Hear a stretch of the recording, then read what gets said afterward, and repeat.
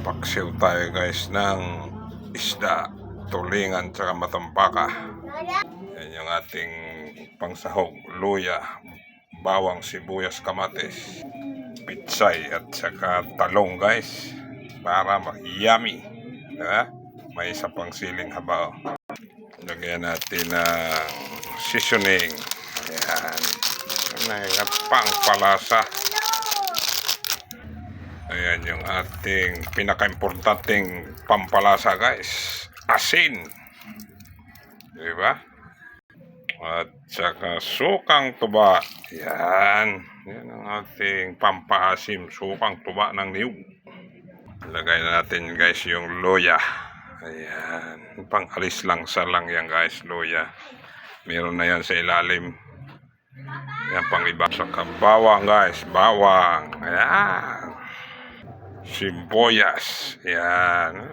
Sibuyas yan guys.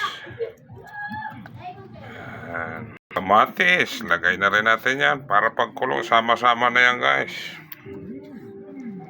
Yan, no? Diba?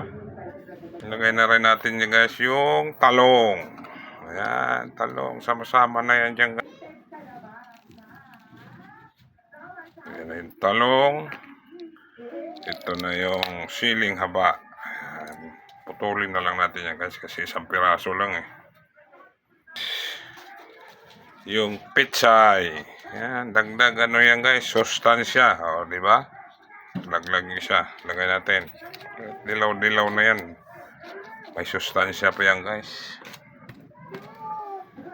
Diba? O, hindi makita yung isda. Nasa ilalim na yung isda. Yung gulay nasa ibabaw. Wow! Ayan na guys, nakasalang na yung ating paksiw. Diba? Oh. Nagadabadabagaw ang kalayo. Ang kalayo kakalatkat sa balongbong. Yung salita ng taga Cebu sa Dalagit. Ang kalayo nagkakalatkat sa balongbong. Lagyan natin ng sili guys para masarap, maanghang ng konti. Ayan ang sili guys, ha. Kita nyo guys, madilim eh.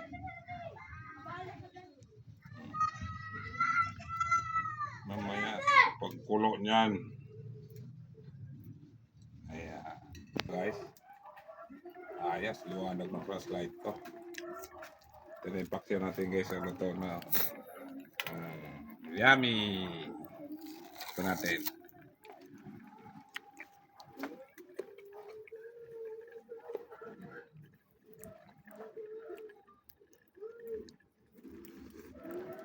Wow. Okay na. Luto na ito. Bye-bye. Ayan na yung ating paksiw guys. Yummy.